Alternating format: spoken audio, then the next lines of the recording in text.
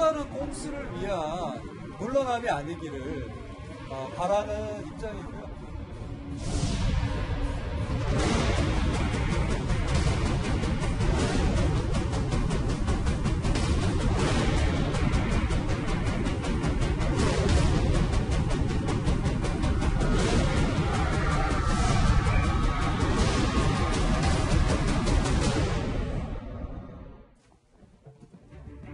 조양호 한진그룹 회장이 대한항공 사내이사 연임에 실패했습니다. 그동안 땅콩 회항, 물컵 갑질 등 사회적인 지탄을 계속해서 받아왔던 각종 갑질 행태가 결국 조양호 회장의 발목을 잡게 된 셈입니다. 허만섭 차장. 예. 자, 조양호 회장의 사내이사직 박탈. 재벌 총수가 주주총회에서 이렇게 밀려난 것 처음이죠. 예, 그렇습니다. 아주 역사적인 오늘 사건이 벌어졌습니다. 네. 오늘 주주총회에서 주식회사 대한항공 주주총회에서요, 조양호 회장의 사내이사 면이만이 이제 안건으로 올랐는데 여기 표결을 해본 결과 찬성 64.1%, 반대 35.9%로 해서 부결이 됐습니다. 네. 이게 이제 연임이 되려면은 66.7%를 얻어야 되는데 한 네. 2몇 % 차이로 결국 부결이 됐고요. 따라서 이제 조양호 회장은 사내이사가 되지 못했고 그렇기 때문에 지금 대표이사 자리에서도 물러나게 되고 결국 이제 조양호 회장 본인은 이제 그 대한항공에 대한 경영권을 이제 행사하지 못하게 된 겁니다. 네. 자, 대한항공 땅콩 회항의 피해자로 알려져 있죠. 박상진 사무장 주주총회 참석 이후에 가진 기자회견에서 또 다른 꼼수를 위한 물러남이 아니냐, 그렇지 않길 바란다라는 입장을 밝혔습니다. 이것이 또 다른 꼼수를 위한 물러남이 아니기를 바라는 입장이고요. 아시다시피 이전에 땅콩 해양 때 조현아 씨가 말뿐이 퇴임을 하고 나서 여전히 저라는 개인을 상대로 했던 회사 구조를 이용한 보복이라든지 또 변함없는 행태로 이어진 경영으로 인해서 약 4년 후에 똑같은 물컵 갑질이 발생했던 것과 같은 눈 가리고 앙하기식의 그런 거짓된 행동이 아니기를 바라고요. 자, 장희찬 평론가님, 그러니까 지금 이 조양호 회장을 회장 자리에서 끌어내리는데 결정적인 역할을 한 쪽이 바로 대한항공 2대 주주인 국민연금이에요. 국민연금. 자, 재계 쪽에서는 이 국민연금의 이번 태도에 대해서 비판을 하고는 있지만 국민연금의 지금 입지가 굉장히 세진 거죠. 그렇죠. 사실 국민연금 같은 경우는 말 그대로 우리 국민들이 연금으로 낸 돈을 가지고 여러 기업에 투자를 하고 있잖아요. 그렇죠. 큰 손이기 때문에 앞으로도 이런 스튜어십 코드, 기업의 경영에 적극적으로 개입하게 된다면 네. 결국 대부분의 사기업 경영을 정부가 오락가락할 수 있는 것 아니냐, 그런 네. 위기감을 재계가 느끼고 있고요.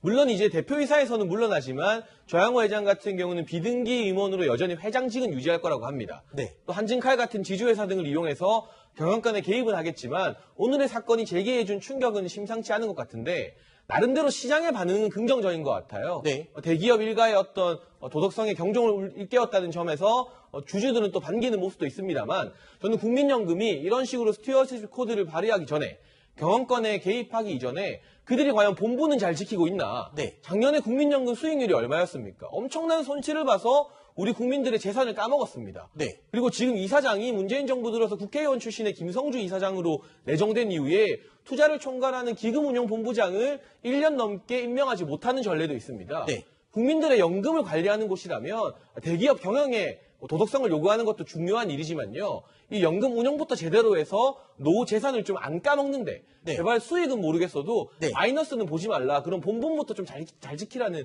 말씀을 드리고 싶어요. 알겠습니다. 장인천 평론가님이 아까 스튜어드십 코드를 말씀하셨는데 쉽게 말해서 스튜어드십, 그러니까 집사, 대신 일을 해주는 집사 역할을 한다는 건데요. 그러니까 국민연금 등이 다른 주주들을 대신해서 기관의 또는 기업의 의사결정에 적극 참여를 하는, 그래서 마음대로 기업들이 할 수 없도록 어떤 대신 역할을 해주는 그런 역할을 하는 것을 스튜어드십 코드라고 합니다. 그런데 스튜어드십 코드로만 하면은 좋은데 이게 자칫 연금 사회주의가 되면 우려가 있다, 이런 지금 비판이 나오고 있어요. 근데 내용을 보면 뭐가 차이가 있는지 잘 모르겠습니다. 김태현 변호사님, 국민연금 등 기관을 통해 의사결정에 적극 참여하는 것, 그리고 여기도 국가가 국민연금 등 기관을 통해 기업 경영과 의사결정에 적극 참여하거나 간섭하는 것. 뭐가 차이점이죠? 이런 거예요. 그러니까 전 세계적으로요. 네. 주식시장의 가장 큰 손은 연기금이에요. 네. 우리나라 국민연금입니다. 국민연금 누구 돈이에요?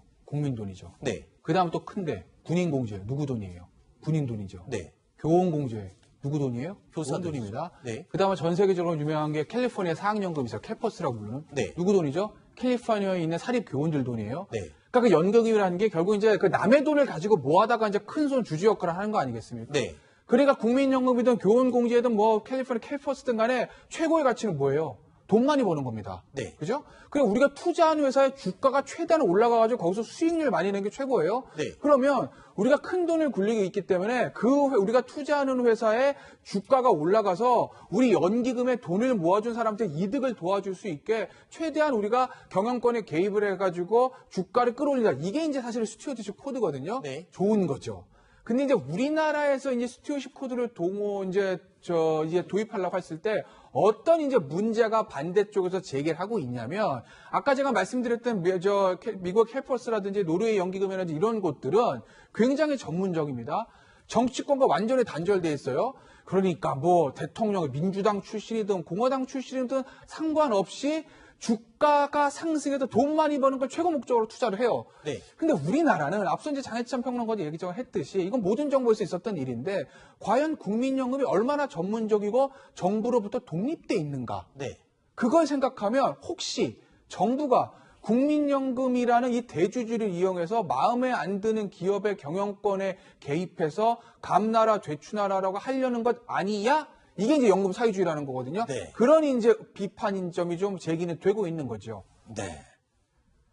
그러니까 정부가 기업 경영에 의도적으로 개입을 할 가능성이 있는 경우에 연금 사회주의라는 비판이 있을 수 있지만 완전 독립적으로 경제, 시장 논리에 의해서 수익을 추구하는 그런 개입이다라고 하면 스튜어드십 코드라고 또 불리는군요. 닮은 듯 다른 이 두 가지 개념을 한번 짚으면서 이야기를 해봤는데요. 대한항공이 국내 대표적인 국적 항공사가 될 수 있었던 것, 수송보국 신념을 가진 조중훈 한진그룹 창업주의 부실덩어리라 불렸던 대한항공공사를 인수했기 때문이었죠. 자, 조중훈 창업주의 신념, 중역들에게 아주 강조했던 그런 내용이었잖아요, 허만섭 차장. 예, 그렇습니다. 믿지면서 계속해야 하는 그 사업이 있다. 대한항공 공사를 인수하는 것은 그 국익과 공익 차원에서 생각해야 할 소명이고, 우리나라 국적기를 타고 해외여행 한번 해보는 게 내 소망이다라고 이제 박정희 그 당시 대통령이 이야기를 했고 부탁을 해서 그 부탁을 들어서 이제 부실덩어리인 이 대한항공 공사를 인수해서 오늘날의 대한항공으로 만들었다는 것이죠. 그 조중훈 전 회장이 그렇게 했다는 겁니다. 네.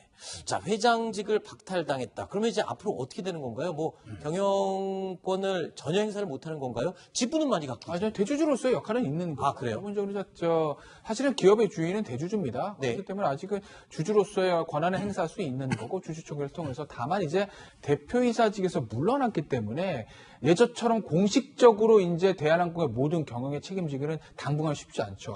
물론 대한민국 재벌기업의 어떤 특성상 뒤에서 대주주로서의 사실상의 영향력을 발휘할 가능성은 전혀 없는 건 아니에요. 네. 그래서 아까 이제 박장진 사무장이 다시 돌아오는 꼼수가 아니길 바랍니다는 그런 측면에서 나온 것이거든요. 네. 근데 어찌됐든 간에 상징적인 의미는 있다는 건 상징적인 의미가 있는 거죠. 알겠습니다.